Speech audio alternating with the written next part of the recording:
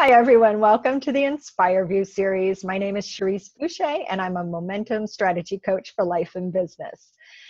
I have brought this series to you for over 2 years now because I love sharing stories, and I love hearing the stories that other women have about how they got to where they are. I find them so valuable and inspirational, and I actually come back to them over and over again in my own life and business when you get those little moments and you need some little kick in the pants to get you going. There's 36 women that I've interviewed so far, and every one of them has something inspirational to share that I'm like, hey, if so-and-so could do this, so could I.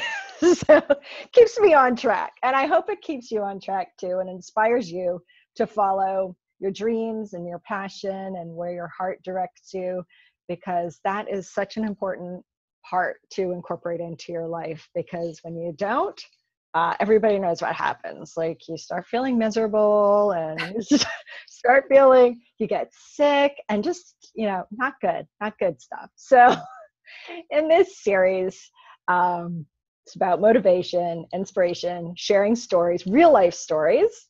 Nobody got to where they are overnight. And I think that's hugely important to share and for everybody to realize that as we go on our journeys of following our passions. So today I am super excited to share with you my new friend, Misti Patrella, who we've gotten to know each other recently, and she is just like a little ball of energy. And when we stop talking, I'm always like, woo, like so excited. Are you? Oh, yay. Yeah. So she is a life and business coach for entrepreneurs. She's all about bringing greater transformation, impact, and income to the lives of this amazing group of world changers. And she loves crunch cones at Dairy Queen, which I just found out about, and I adore those, except I don't think we have them in Florida. We have Dairy Queen, but I don't think they have that crunch cone. Now I'm going to be bad, my friend. That is too bad. I'm going to have to have them ship some down, and I'll bring it to Dairy Queen and have them put the cone in it. That's awesome. I'll ship you some crunchies from Ohio. Okay, I'm in Ohio. Good. So, all right, we'll jump in because I might have a giggle fest here if we don't start. I know, right? So, Misti, welcome. First of all, we didn't do the official welcome. Thank you very much. I'm happy to be here as well. Tell us a little bit about how you got from, because nobody begins life as a coach, even though many of us find that we've coached a good part of our lives. What brought you to this point in your life? It took me some people know what they want to do from the minute they were born. My sister was following her path from the age of 18 months. Oh, wow. Okay. And I wasn't like that. I bumped around a whole bunch. I mean, I went to business school because my parents said it would be a good degree to have and I could pretty much do anything with it. And I was like, all right. And I mean, I didn't have any idea. I wasn't even in my body in college, right? Well into my late 20s until I got to actually be in my body. And so again, like I said, I was bumping around a lot. I was in advertising for 15 years in big agency advertising. So I worked on, brands I actually worked on Gatorade, Circuit City when it was still around, United States Postal Service, these big brands. And it was amazing. I learned so much doing it. And in the beginning, it was a lot of fun, but then it just started to feel like I was giving away my life for someone else to become wealthy. And that increasingly did not settle well with me. It became once I realized that's what was happening, it started to eat at me from the inside out. And it overtook me and I couldn't do the work anymore. I was spending 50, 60 hours a week at work and still not getting it done. And that's just not okay. Yeah. So I quit all of that. And I went to acting school for 2 years. I was like, I never did anything in my life that was just for me. And this is something I always wanted to do. And so I am still a professional actor. I have an agent and everything like that. But I can see you doing that. Thank you. I make a great, like, Midwestern mom type, I make that great, like. Yeah, I can see that. I've done a whole bunch of commercials playing that exact type. Like that young mom, right? So, well, not so young anymore. But anyway, so I did that. And the more that I pursued it, and actually was pursuing it professionally full time, it just wasn't as much fun. I mean, the stuff they say about the acting industry really is all very true. It's all very in your ego and always about you 100% of the time. And it's like, look at me, see me, see me, see me. And it's just a lot. And so I also wasn't being of service in the world. Like all of a sudden, I was hitting my mid-30s, right? And it's like this time when you're like, what does my existence mean on this planet? Is this it? Is it going to be about me my whole life? Or am I going to make it about something bigger? And so that's that need in me to like have a greater impact in some way, but also use all these weird talents I have, like my big energy, right? And, my ability to speak in front of people, not get too nervous, and all these weird talents that I have. How do I bring that all together? And I actually was sitting in LA, considering whether or not to move there to become an actor full time. And I'm in a cafe. I'm in like this super popular, like hipstery LA cafeteria, like this cafe. I'm sitting outside in February in the heat, and I'm like, sun on me, like drinking coffee in front of my computer. And I'm like, computer, what are we gonna do with our lives? Like, I'm like in this computer, like, what's my life gonna mean? Okay. So I bump into this video by Marie Forleo. And I have never heard of coaching, ever. Mm-hmm. Never heard of it. Didn't know it existed. This was 2011.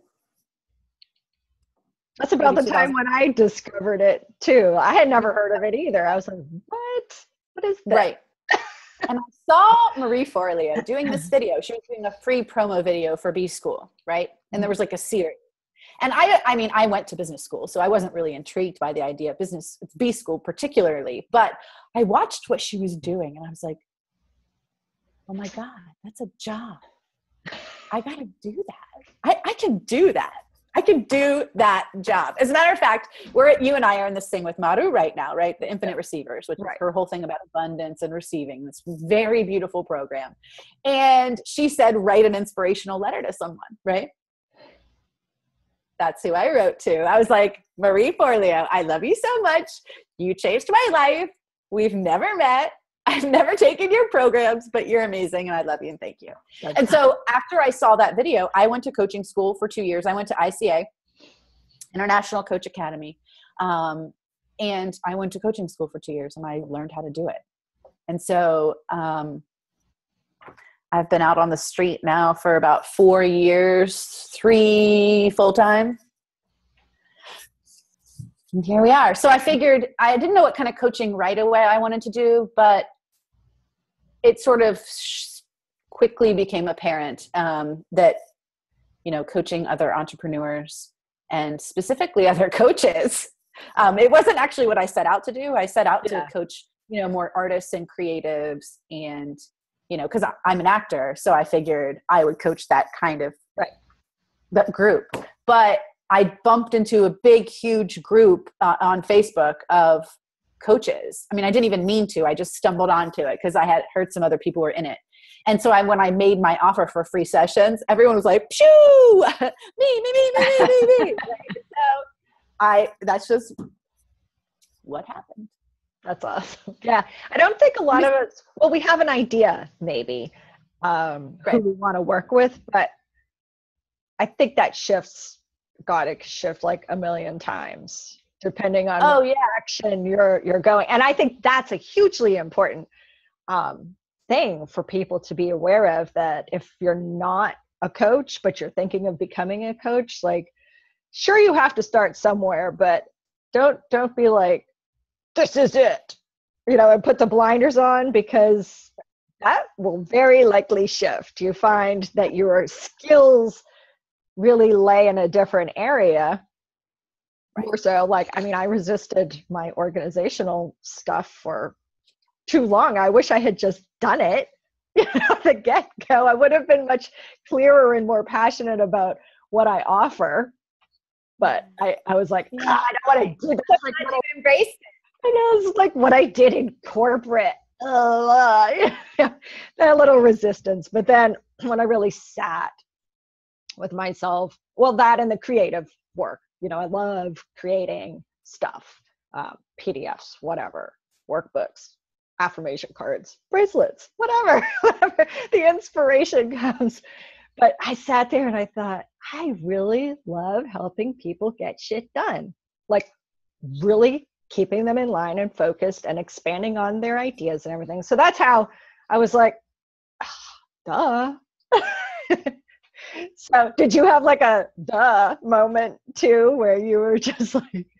Well, I think that I think that most people, when they come into coaching, have a different view of what it will be than what it actually is.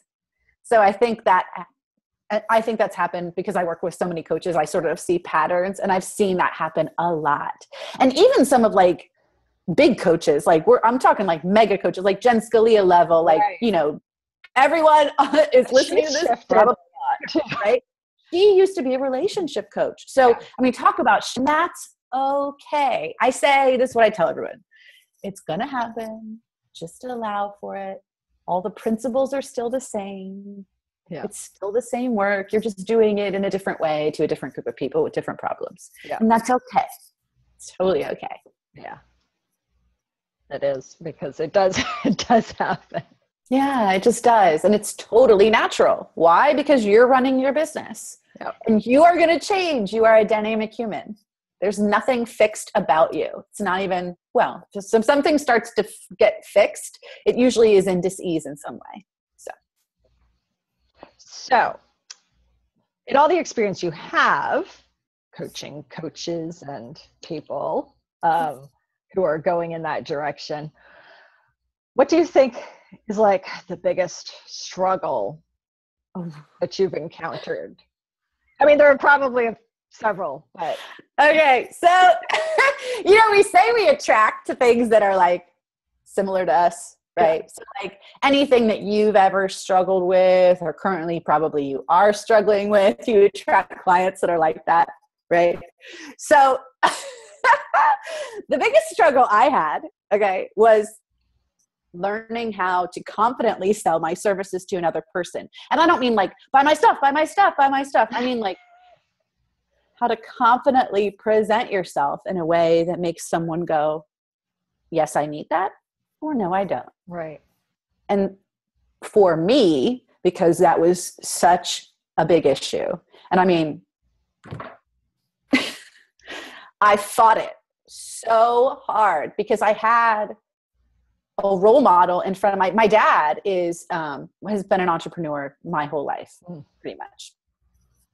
And I always saw him as this very salesy guy. He's like a guy's corporate guy. He's like that kind of guy. Right. And so for the other corporate dudes, they glom on that shit. Oh, sorry. I cussed. No, we can swear. Is that okay? Sorry. I already did. Did you miss it? It's so natural for me that nobody even notices it. I totally did. I apologize. Okay. So other dudes in that corporate environment, they glom on that. They're like, yeah, he's cool. He's like a man's guy. I want to be around him. But for women, that just does not work and could be, the farthest from a possible role model. And so because this was my role model, I was associated everything to do with sales with that. Right. And so because I so desperately didn't want to be that, what I was telling the universe is I so desperately don't want a business. And it took me, I finally realized that it was my biggest hurdle. And I'm telling you what, oh Lord Jesus, it took me well over 100 discovery sessions for me to finally get it.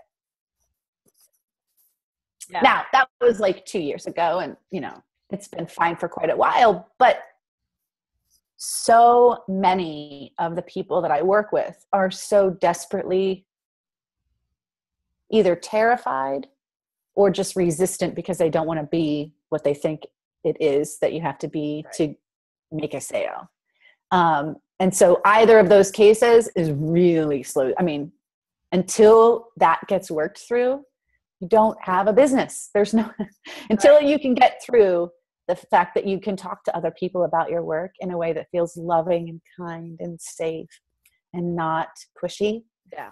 That's all really possible. Because I put out to myself, I was like, if I can't find a way to do this that makes me feel okay, I have to quit. Yeah. Because you just can't have a business if you're just terrified of that all the time. It's not possible. And I was like, go ahead. Oh, sorry, go ahead. I think that really comes also the more aligned you are with what you're offering, because it makes it so much easier to talk about and to be confident in and to sell. If you're like, I do this, I can help you with this, you know? Yeah, actually, it's so totally true. Because I just created something that's like sort of really intense, not intense, a short period of time. I mean, it's focused period of time. It's not intense work. But I created something that's very focused about this exact thing, because if you don't deal with it and like put concerted effort to it over a period of time, if you're really that nervous about it or afraid, or you have all this resistance, you're not going to get past it. Right.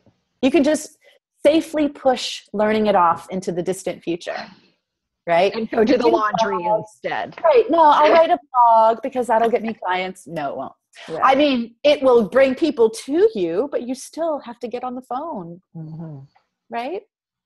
Especially the people that I work with who tend to be in the first like 1 to 3 years of business, who are still growing their tribe. And so they don't, you know, you still have to be really loud when you're in that process. Yeah. You don't have to be, you know, if you're like 5-6 years in, like Marie Forleo, and you have like 1 million people following you, you have to go, I have a thing. And people are like, I want it. Right? Exactly. But when you are new, a lot of your work, even if it's a group program, you still have to do one-on-one sales. It's just part of it. Yeah. So yeah, that's, I think, probably the biggest issue that I see for entrepreneurs, especially like, because I work with a lot of coaches and healers who are very heart-centered. Yeah. And so they didn't get into this work to go, oh, I can't wait to go out and make sales all day. Right.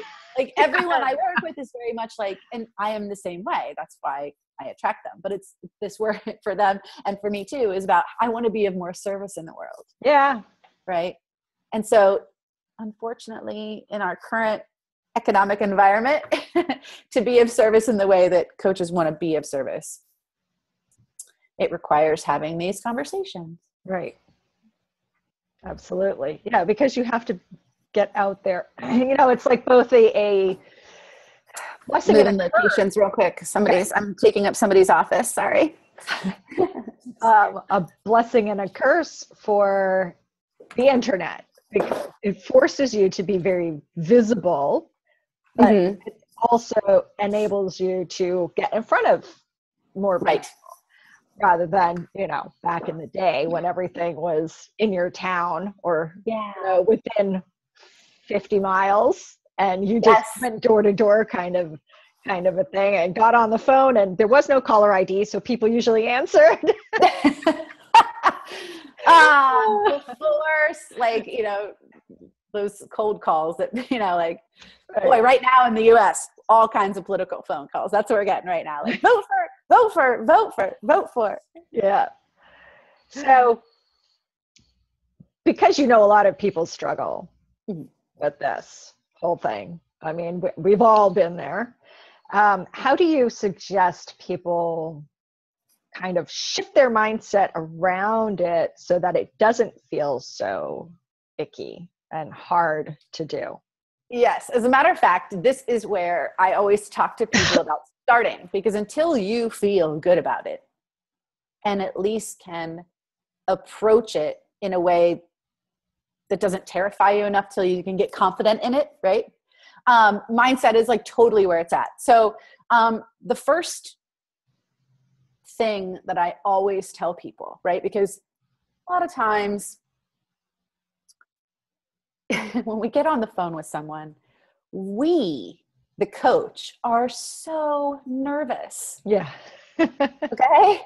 And so like, we want the person to like us, right? And we want to make sure they get a transformation, and we want the sale, and we want all of these things to happen, right? Which puts so much pressure on the call, right? Yeah. I mean, by the way, I'm going to tell you right now, if you are putting a ton of pressure on yourself for every call, you're not doing enough calls. That's just a straight fact. Because it should just come like a second nature thing. Well, not even that. It's just that if you are putting so much pressure on every call, like the odds are that, I don't even know what the actual, I've seen this one statistic on Facebook, but I've heard that it's fake. But, let's just say 50% of the time, let's say you're really good at sales. And so 50% of the time you're going to get someone, even if you don't know them, you're going to land a client. Okay. Right. That still means that half of the time you won't. And that has to be okay. Do you know what I mean? Yeah. And even at 50%, you're really good. Yeah. So mindset number one, because we put so much pressure on ourselves. Okay. So mindset number one, you are there to make this about the other person. It's not about you.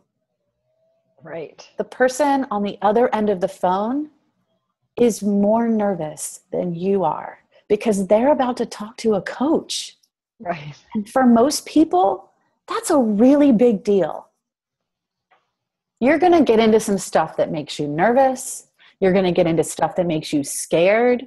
Your ego already knows you're going to start digging into it. So chances are your nerves are already kicked up. Yeah. As the coachee. So just remember, okay, that anytime you're like, oh God, am I doing this right? Take that energy and put it back on the other person, because it's not about you, it's about them. Right. And because we are here to be of service, that makes your discovery call so much easier. Yeah. Just focus about being of service. It's again, not about you, it's about them. That's right. And so let me ask this. Yeah. I've had this happen before. Yeah. When the person that you're talking to tries to make it about you, like they want more focus, like about like how you work, results maybe, because if you're fairly new, the results can be, well, different kinds of coaches have different kind of results. It's not all necessarily monetary, because it could be just keeping somebody moving forward, which then results in something, but you don't like, oh, they made an extra $50,000 working with me, because it's not that kind of thing. Yeah. So when potential clients are kind of focused on that, like what their results are going to be, and they're pushing things on you, and then so that energy comes back in your direction, and it's not about them then. Yes.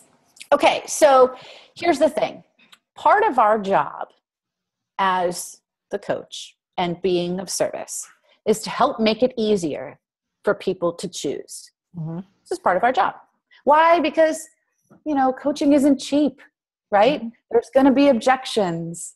There's going to be people who don't trust, because there's so many coaches out there, and we're in this wave of like all coaches and coachy stuff, right? So what I always say is get people to do this work for you. Okay. If you first of all, have your testimonials on Ready 5. Okay. If you don't have testimonials yet, go out and do some free work for people in exchange for a testimonial. And I'm not saying give away the bank and work for 6 months on a package for free. No. Okay. Go out and do a couple 1-hour calls and get some testimonials and make those calls awesome. And the only thing you have to do is be 100% present. Mm-hmm. That's it. You don't have to worry about being perfect or am I good enough or any of this stuff. Right. You just have to be there for somebody 100%. Yeah. Because you know what that feels like. Hopefully, if you're going to go coaching, you actually know what it feels like to be coached. Okay. And if you haven't had that experience, go and hire someone for an hour. Okay. Doesn't have to break the bank. Right. But get testimonials. I always, especially for me, because business coaching is, well, it's just one of those places where there's been a lot of promising and under delivering. And so there's a lot of nervousness around business coaching. Mm-hmm. So I have clients, current and past, who are very happy to get on the phone with someone. I have testimonials. I have my Facebook group, which is always teeming with people full of love.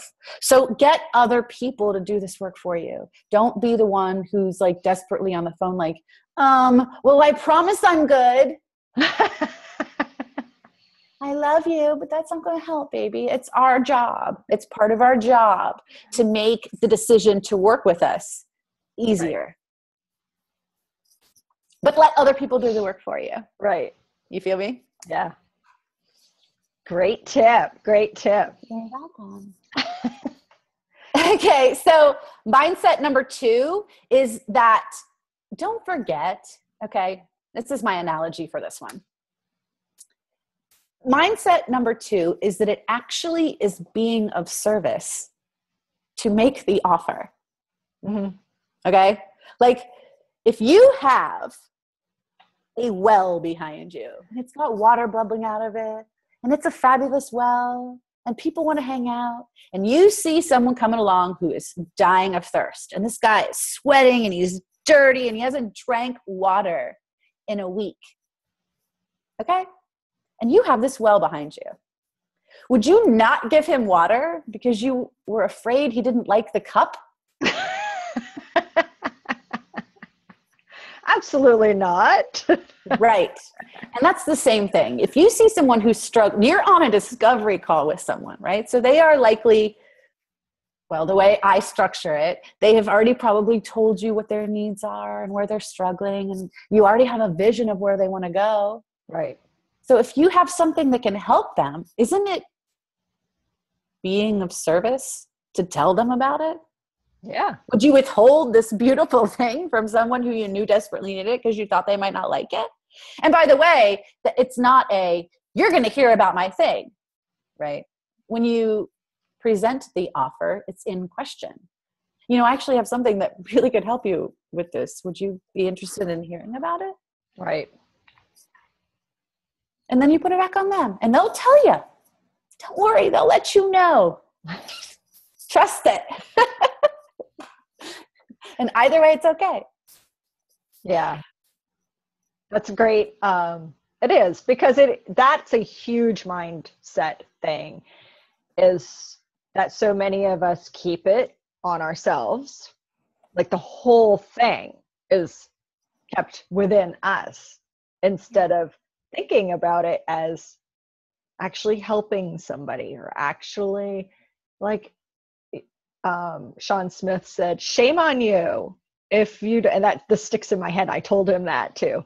Yeah. Because I was like, your voice, Sean, comes back in my head from that call that we had, and you were like, shame on you if you don't share what you have. Yes. Like, if you're here to be of service, which so many of my clients are, right? That's their thing. That feels so good to do the work that they do, right? Because it does. It feels amazing. Well, you got to tell people about it. Yeah. And also, by the way, this drives me bat crazy. Women will give away hours and hours of coaching, discovery session after discovery session, and never make an offer. Yeah. People burn out fast. You will quit, you will burn out, and the world cannot have your gift that way. It's not possible. Right. Please don't do that to yourself. Absolutely. I was just talking to somebody about that the other day because she was offering sessions for something. I said, so what's your follow-up? Right. You know, I'm like, so you've got like all these people who are going to get on the phone with you to get this free thing. How are you letting them know about what you do in case they're interested in working with you? She had like nothing. I was like, no. Have something. Even I love you, baby, but we got to talk. Right. Even if it's, you know, and you can frame it that for you or somebody else, you know, maybe you know somebody that can use this. So keep that in mind too, because it may not be for that person you're talking to. They may end up after you talk to them thinking, I don't think this is really the kind of coaching I need, but they may have a friend that you're a perfect fit for. Absolutely. And entrepreneurs, like people know people, they talk about stuff, you know, that's just the way it works. So, and then like, thirdly, the biggest one that I see so many entrepreneurs struggle with is being attached to outcomes. So I always am like, even if you are, right, like half, that means every time you talk to 2 people, you have 1 new client. Okay. So that means you are really good. Yeah. Okay. That still means that 50% of the time you are not going to get a client. Right. And that has to be okay. Like, you know, when I say like, this is about being of service in the world, so are your discovery calls. That's okay. You won't land them all. It's okay. Yeah. If you go in with the thought that I am going to be 100% present and help this person as much as like my human capacity is able to do, then you won't need to worry about making sales so much anymore. Right. People will start talking about you. Just go in and be amazing in your calls. Figure out what that is for you personally and don't worry about the outcomes. Right. Do you suggest that people, because there's like a few schools of thought around discovery calls, whatever you want to call them, strategy calls. Mm-hmm. Personally, I think it helps if, well, you kind of get a feeling from the person when you're on the phone, like what direction it's going to go. But do you suggest it kind of takes some weight off if you're actually picking a thing and kind of helping them with that one thing on the call? Oh, yes. Couple of things. I wasn't going to even talk about this, but a couple of things about discovery calls. Okay. 1, make them specific. We are no longer in the days. Okay. Back when I started my business half online, when I first dropped a discovery call, I would say, let's talk about business. And like 15 women would want one. Okay. But that was 4 years ago or 3 years ago. Okay. Many more people, so much more savvy, right? So be really specific. There are so many people out there doing discovery calls. Right. Be specific. Pick something cool. If people don't latch on to it, change it and put something else out there. Now, when to do free discovery calls? There's only several times you should be doing free calls. 1, you're trying to get out in the market, like it's been quiet for a while and you're trying to like get out there and have people talking about you. Mm-hmm. 2, when you just meet someone you love and you just have to offer that to them. Yeah. And 3, you're new and you need testimonials. Otherwise, make a session that's really specific, make it affordable, and make money on the call and use it as a sales call and be of so much service. You know, if you're getting paid money to do something, you want to be even, I don't know why that's so dumb. It's true though. Money is an incentive for people. I wish it wasn't true, but it is. Yeah. Well, we all have to live. We all have to, you know. If you're getting paid to do something, even if it's less than you think you should be making, it's better than free, right? And you're being of service. You're going to give more if you're getting paid than if it's free. Mm-hmm. You're going to worry less about, you know what I'm saying? That's my spiel on discovery calls. So on an energy level, Yeah. because I love to talk about awareness and energy stuff. So this just popped in my Me too. head. Obviously, this can be, if you're in the coaching industry, it can be a little draining. Like you can, especially if you don't have like a team, you know, like who's handling everything. Like you're not at that level yet. You're doing everything on your own. You're making calls left and right, and you're, you know, putting out offers and creating your images and putting out newsletters and on and on. Being visible. Energy management to me is So big for me. huge. So in order for anybody who's in this industry really to kind of be aware of that whole thing and how it can kind of suck you down, and you're like, oh, this is just too much. I get the results and it's like draining me. What do you do, maybe? Or suggestions you have to tackle the energy and bring it back in so you're not feeling that way? Because this also then leads to the next question. I'm going to make this a two-parter. It's okay. You know, because when you get to that point, you want to ditch it. You're just like, screw this. Right. Like, I'm not doing this anymore. It's too much work. So the two-parter, like managing your energy, and then how to bring yourself back into your motivation to stay on track and follow your passion to do something, which could be anything really. Heck yes. Okay. I love this. As soon as you started asking the question, I'm like, oh, I can't wait. Okay. So I love this question because, like I said, I work with so many coaches and healers. Okay. And many times I will begin a relationship with a new coach and I'll say, so what do you do to take care of yourself? Right. Like, and I'm not talking like, you know, running 5 miles. It's not like that. But what do you do to take care of yourself? And most of the time, I would say 90% of the time, people say nothing. That's a lot. That's more than I thought. No, it's a lot. And even a good number of the spiritual healers that you see around, like in our groups and all of our, you know, they're doing very little to take it. It's actually shocking. And I sort of equate it. Look, if you are, even coaches are, even you and I right now, just having this conversation, our energies are connecting and combining. And, you know, that's the way energy works. It's science. I didn't make it up. Okay. Yeah. And so it is a very, even though we're not with a lot of our clients during the day physically, it is still draining energetically. And it is, I sort of equate it to this. There's not one professional basketball player who can run up and down the court all day long and be 400 pounds. It is a physical requirement of the job that you take care of yourself. It's not an option for a professional basketball player to not take care of themselves, man or woman. It doesn't matter. Right. Okay. And so it's the same thing for us energetically as coaches and healers, because that's where our energy is. That's what we're doing all day long. Right? Like we're in that all day long.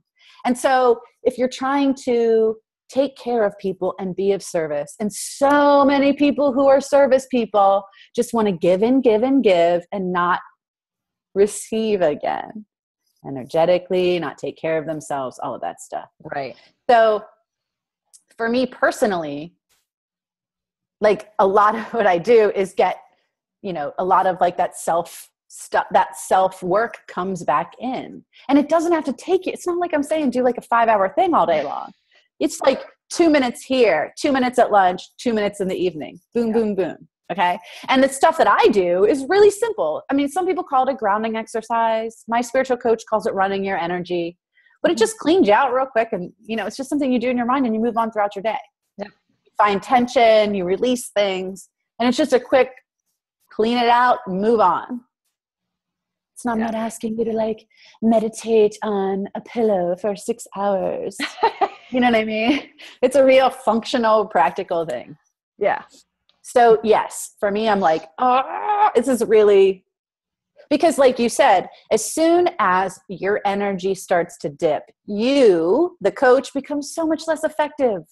Then your client's stuff starts to trigger you personally. And then you're like, whoa. And then if you're triggered personally, you're jumping out of the call, right? You're like, whoa, what's going on right now? You're not listening. You're not present. Right. And then when that starts to happen, then you're like, people don't like me, downward spiral, comparisonitis. Then it's just it's like one thing leads to another. And it just like takes you down this. And how can you possibly be effective? Right. If you're like, everyone's work is better than mine, I'm not doing any good in the world. And this takes you from a place of being like this amazing person who's just trying to give to this like heap of mess. And by the way, I've been there. Like, how do I know? Because I've done it to myself. Like I've experimented many times, and every time I stop, things start to not go wrong, but just not as well. And then one thing, and then my energy, and then I get frustrated and poopy about it. And I'm all, And so, yeah, I think it's taking care of ourselves is essential. So you need the work you're doing in the world. What was that? Yeah. So you make sure you just, when you're feeling that way and you're like, this is just too much or whatever. Well, I try not to get to that place. Okay. Right. This is like me being really proactive too. Like I try not to get to the place where if I start to like cause I'm an empath, I'm really intuitive. I can really feel what's going on with other people. And so if I start to feel, it's actually a really big sign for me that if I start to feel like, oh God, this person's energy is just like driving me crazy, right? Like anyone. Yeah. It's because I'm not taking care of myself well enough. Mm-hmm. And I just did a video on this in my group the other day. Anytime we are at dis-ease, frustrated, upset with another person or a situation that is outside of ourselves, it's only because that situation is trying to show you something inside. Mm. Like I was literally caught up in the moment the other day. I was out to dinner and I found myself like there was this conversation. The conversation was fine, but the topic was negative. And I felt myself like getting grumpy and frustrated. I'm like, why are they talking about it so dumb? And I'm like, wait a minute. This is all going to keep on around here. What I did for a moment was like disassociate myself from the outer external situation and focused on how can I love myself better at this very moment? Anytime you're feeling that way, it's because you need to love yourself more. It's just a sign. Yeah. Come back within. Internal. Yeah. Yeah. Absolutely. Especially because our jobs are being so present for other people. Right. That's why it's so important. Critical, really. Yeah. Because you just can't be that effective. And I was talking with somebody yesterday too, who said, because I like to pay attention like you to, the signs your body are giving you, that you need to go do a little energy reset. You're getting irritable, feeling fatigued, or technology isn't working. That's like, that's like the universe is coming in now, like not only were you fatigued and irritable, but now the universe is like, Cherrise, not only are you not paying attention to me, but I'm going to make you, because nothing on this computer is going to work. Well, the thing we don't realize is that the more that we work on like becoming better people and letting those things go that hold us down, well, the more light we become, right? And release those things that aren't serving us. Right. The more quickly we manifest those things that are like, when you're frustrated, it comes really quick right in your face. It's not, the delay is shorter, when your spirit is lighter, the delay is shorter. Yeah. And that's my sign, to like, go outside, breathe for a few minutes. And again, not like, it doesn't have to be some hour-long thing. It could be 3-5 minutes, I visualize while I'm brushing my teeth or something. That's 2 minutes Yes. because of the timer on my toothbrush. Um, Brilliant. things like that. I put timers on my phone. I put timers on my phone throughout the day, just like run your energy. Yeah. Where are you right now? Is your energy in your body? Right. You know, like That's a good idea. if I don't watch my energy, all of a sudden I'll be living, you know, I won't be at work, but I'll like be living life and doing fun life stuff. And I'll be thinking about a client and I'm like, okay, time to clear that out. Yeah. That's not helping you or that person. Right. Yep. So yeah. Guilty. I've done that. Very essential. Yes. See? Yeah. It's so essential too. It seems like, I think for most coaches and healers who really want to be of service, I don't think we're talking about anything that sounds crazy. I think everyone's probably like, oh, they're right. Yeah. But it's just a fact. You do energetic work if you do this work. You just do. And I don't care if you're coaching business. I don't care if you're coaching relationships. I don't care if you're coaching spirit. I don't care what. Yeah. All the same juju. Even therapists and counselors, same thing. It goes for everybody, really. Yeah. Just a lot of people aren't in this realm of being aware of it. But it doesn't, like, even if you work in corporate and you're with customer service, you know, and you're on the phone all day with taking calls, which I'm sure a good part of them end up being irritable calls because it's customer service. And that too, I mean, people who work in those industries need to learn about energy management because that is like, woo. So many people in service, in any profession that has the word service attached to it, have a tendency, like I said before, to just turn the spigot on and keep giving. Yeah. And that is, well, if your well runs dry, what water do you have to give? Right. I mean, I'll go back to my special well over here. Yes, exactly. So yeah, I totally agree. Yeah, we've covered some awesome stuff. I know. Thanks for having me. This is really cool. Even unexpected stuff. I know. Because it's been popping up a lot. So it's. Well, it just is. I mean, yeah, I'm finding a lot of clients talking about it too. So yeah, I hear you. Yeah. So let's talk about where people can connect with you and add your offer for people who watch this series too. So I'll let you go ahead and share because you've got a Facebook group. So share that and then share your offer. So you can come hang out and get empowered and meet other amazing entrepreneurs and learn and connect in my Facebook group, The Empowered Entrepreneur. So please come join. And I'm in there too. She totally is. It's really wonderful. Yeah. And so please join. I would love to have you. There's freebies. There's all kind of stuff in there. And my offer is I'm offering 5 to people who are watching. I guess the first 5 entrepreneurs who respond to my email address, which is Misti, M-I-S-T-I, at coachmisty.com. Same again, M-I-S-T-I. No, Misti at coachmisty.com. So the first 5 people who email me will receive a business breakthrough session, and we're going to focus very specifically on your sales process and diagnosing it and figuring out how to maximize it and some action items to get you even further more comfortable and confident, or even closing better, or, you know, we'll do a whole diagnosis. And then you'll get clear also about where you're potentially leaving money on the table. So it's a juicy session. Yeah, that sounds. So I'm going to give away 5. So the first 5 amazing entrepreneurs who email me, you get one for free. Woohoo!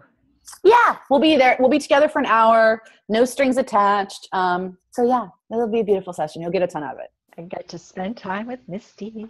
Yeah. Because I love doing it. Because yay! they're like, woo!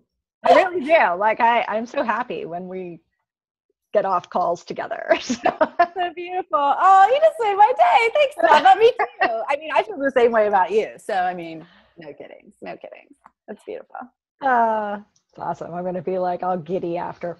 So I'll have your email on CherriseBoucher.com/the Inspire View series. That's the page where you find everybody's bios, offers, and videos and buttons to click to grab their offers and take advantage of it. And it's also on my YouTube channel, but you don't get any links or anything there. So you have to come over to the website to get the goodies, for the most part. Easy goodies anyway, without having to type stuff in. Everybody likes to just click a button. So again, that's at CherriseBoucher.com/the Inspire View series. It's right up at the top menu, so you can just click it. I also have that I finally uploaded all of my 2015 guests. I put in a PDF with links for everything, because when I created my new website, it was like a daunting task to consider moving all 23 interviews and everything over onto my website. So I created a PDF, basically the same thing, links to the videos, but there's also links to everybody's videos at the top of that page with their picture, if you click their picture. So awesome stuff all around. And you can connect with both of us on Facebook. And I hope to see you in the group. Thank you so much, Misti, for Thank you so much. This was fun. I had a blast. Good. Me too. Yeah. I learned stuff too. That's very important. Hey, even better. I know. Bye.